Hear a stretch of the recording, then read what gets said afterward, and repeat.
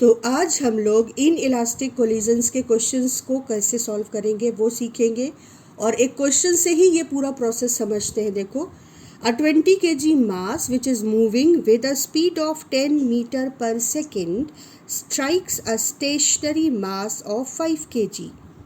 After collision, masses stick together. What is the speed of combined mass and where is the lost kinetic energy gone? इस question में क्या है कि दो object जब collide करते हैं, एक रेस्ट पर है और दूसरा 10 मीटर पर सेकेंड की रफ्तार से दूसरे से कोलाइड करता है। जो ये वाला मास है ये 20 kg का मास है और ये एक स्टेशनरी मास जो कि 5 kg का है उससे कोलाइड करता है। तो ये 20 kg मास है, 10 मीटर पर सेकेंड की रफ्तार से कोलाइड करता है और ये 5 kg का मास है। ठीक, ये रुका हुआ है इनिशियली, लेकिन उसके बाद ये स्टिक कर जाते हैं एक दूसरे से और फिर साथ चलने लगते हैं। ये किस रफ्तार से साथ चलेंगे वो वेलोसिटी हमको निकालनी है, तो हम इसको मान लेते हैं वी, सिर्फ वी। तो पहला पॉइंट हम क्या समझ रहे हैं बेटा, अगर कभी भी लैंग्वेज ऐसी हो कि दो ऑब्जेक्ट कोलाइड करने के बाद एक दूसरे से स्टिक कर गए, इसका मतलब कि हम इन इलास्टिक कोलिजन के बारे में बात कर रहे हैं। इसमें सिर्फ मोमेंटम कंजर्व होगा और उसी की इक्वेशन बनेगी। एनर्जी कंजर्व नहीं होगी, इसलिए उसकी इक्वेशन नहीं बन पाएगी। तो इस क्वेश्चन में मोमेंटम कंजर्व करके देखते हैं कि इनिशियल और फाइनल मोमेंटम क्या है। इनिशियली इसके पास मास और वी दोनों है, 20 × 10 इसका मोमेंटम है और इसका मोमेंटम 0 है। तो initial momentum of the system यानी दोनों का कंबाइंड मोमेंटम इतना हो गया। फाइनली इसका जो मास है वो 20 kg है और इसका मास 5 kg। तो दोनों का स्टिक होकर मास टुगेदर चल रहा है जब, तो टोटल मास 20 + 5 चल रहा है। और कितनी रफ्तार से चल रहा है वो हमें कैलकुलेट करना है, तो हमने लिख लिया कि v रफ्तार से चल रहा है। तो इनिशियल मोमेंटम देखो हो गया 200, है ना, और फाइनल मोमेंटम हो गया 25 × फाइनल वेलोसिटी।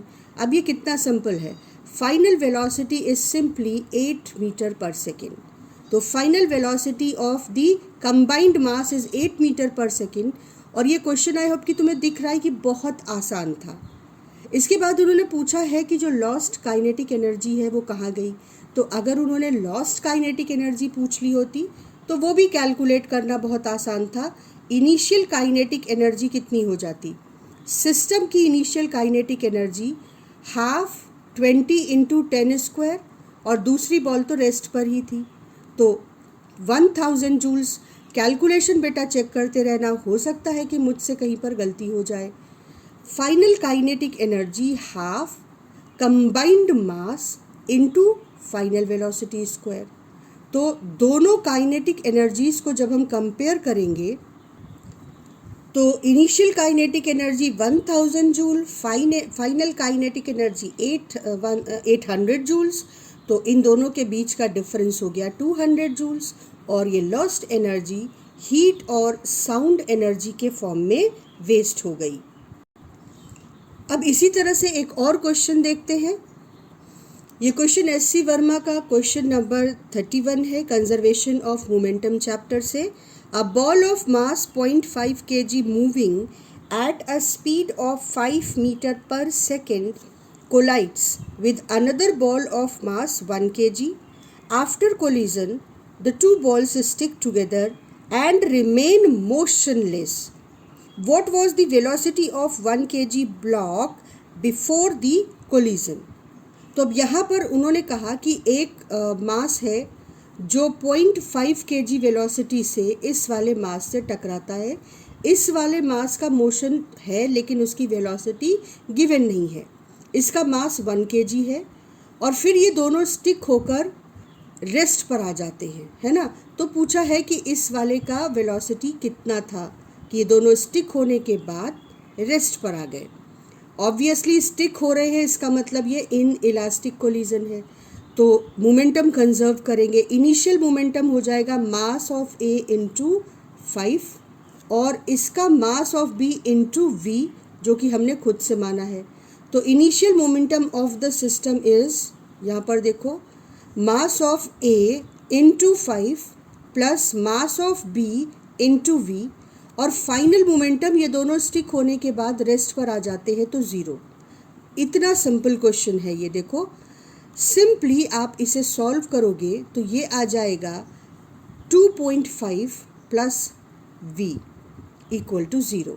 तो v is equal to -2.5 metre per second. ये सेकेंड बॉल का वेलोसिटी आ गया।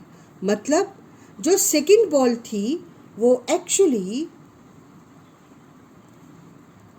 ये बॉल इस डायरेक्शन में, यानी a की वेलोसिटी अगर पॉजिटिव माने तो b इस डायरेक्शन में 2.5 मीटर पर सेकेंड से मूव कर रही थी, और स्टिक करने के बाद इन दोनों का मोमेंटम एक दूसरे को कैंसिल कर देता है और ये रेस्ट पर आ जाते हैं।